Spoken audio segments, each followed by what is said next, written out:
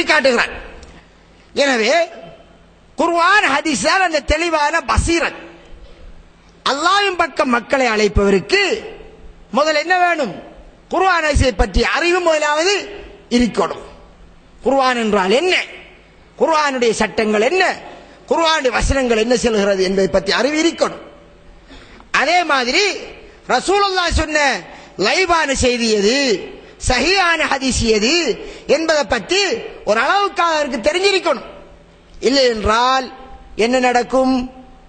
அல்லாஹ் சொல்லாததை சொன்னதாக சொல்லிடுவார். செல்லுப்படுதா இல்லையா? ரசூலுல்லாஹ் சொல்லாததை சொன்னதாக சொல்லிடுவார்.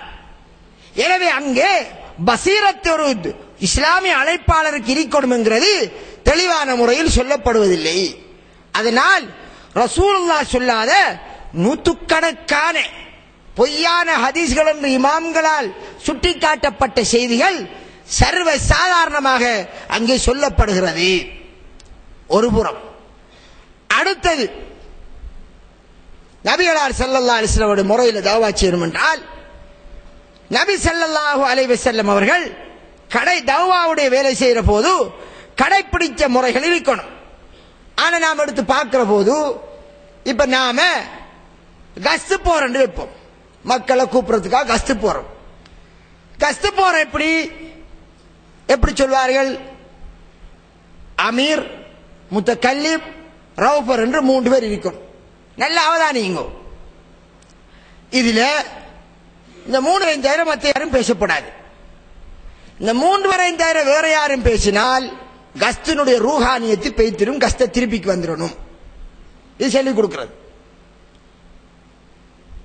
ஒன்று என்று சொல்லிட்டு போகும்போது ஒரு கூட்டு துவா ஒன்று ஒதுக்கி போவாங்க. முதலா என்னத்தை சொல்றாங்க? கூட்டு துவா ஓதுறாங்க. இந்த தௌஹீதுக்காரர்கள் நபியலார் பரலானவர்களுக்கு போற கூட்டு துவா ஓதல் என்று அதை நிப்பாட்டுறதுக்கு எவ்வளவு முயற்சி செய்வது. அதே மாதிரி டில்லி மர்கஸியை போய் பார்த்தால் அங்கேயும் ரசூலுல்லாஹ் பரலானவர்களுக்கு போற கூட்டு துவா ஓதலையாம் என்று அவை ஓதுறல்ல. பாகிஸ்தான் மர்கஸியை போய் பார்த்தால் அங்கேயும் ரசூலுல்லாஹ் கூட்டு துவா பரலானவர்களுக்கு போற ஓதுறலையாம் என்று அங்க ஓதுறல்ல. சுபஹுல் குனூத்தும் ஓதுறல்ல. எங்க? டில்லி மர்கஸில, பாகிஸ்தான் மர்கஸில, இந்த பங்களாதேஷ் மர்கஸில. டில்லி மர்கஸுக்கு தாயம்பார்கள், இலியாஸ் மௌலான இடம். பாகிஸ்தான் மர்கஸுக்கு பாப்பா என்பார்கள், தகப்பன். இலங்கை பிள்ளை, செல்ல பிள்ளை. சரியானே? இது அதுல உள்ள பரிபாஷை. அப்படி வளர்க்கின்ற அந்த இடத்திலே தப்லீக் ஜமாத்தினுடைய தாய், அதனுடைய தகப்பனுடைய இடத்துல எல்லாம் என்ன இல்லை?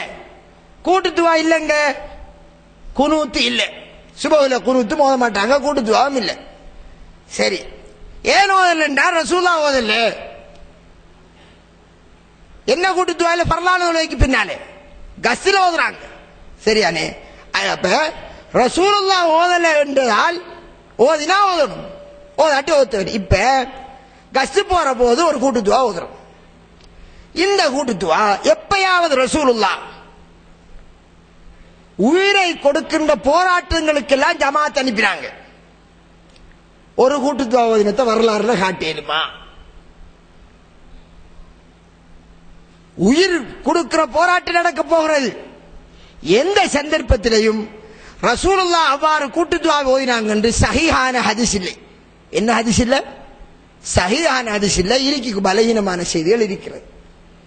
எனவே சகோதரர்களே, அங்கே அந்த செய்தி அந்த ரசூலுல்லாஹ் செய்யாத ஆதாரபூர்வம் இல்லாத ஒரு வணக்கம் என்ன செய்கின்றது? அங்கே உருவாகின்றது.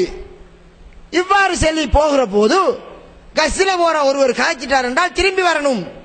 ஏன் வரணும்? ரூஹானியத்து பைத்திரும். இப்படி ரசூலுல்லாஹ் படையெடுத்துக்கு போகும்போது எங்கேயாவது சொன்னார்களா இப்படி கதைச்சி கொண்டு போகாதீர்கள், போனால் திரும்பி வந்துடணும், அவங்களுடைய உயிரோட்டம் பைத்திரும் என்று ரசூலுல்லாஹ் சொன்னார்களா?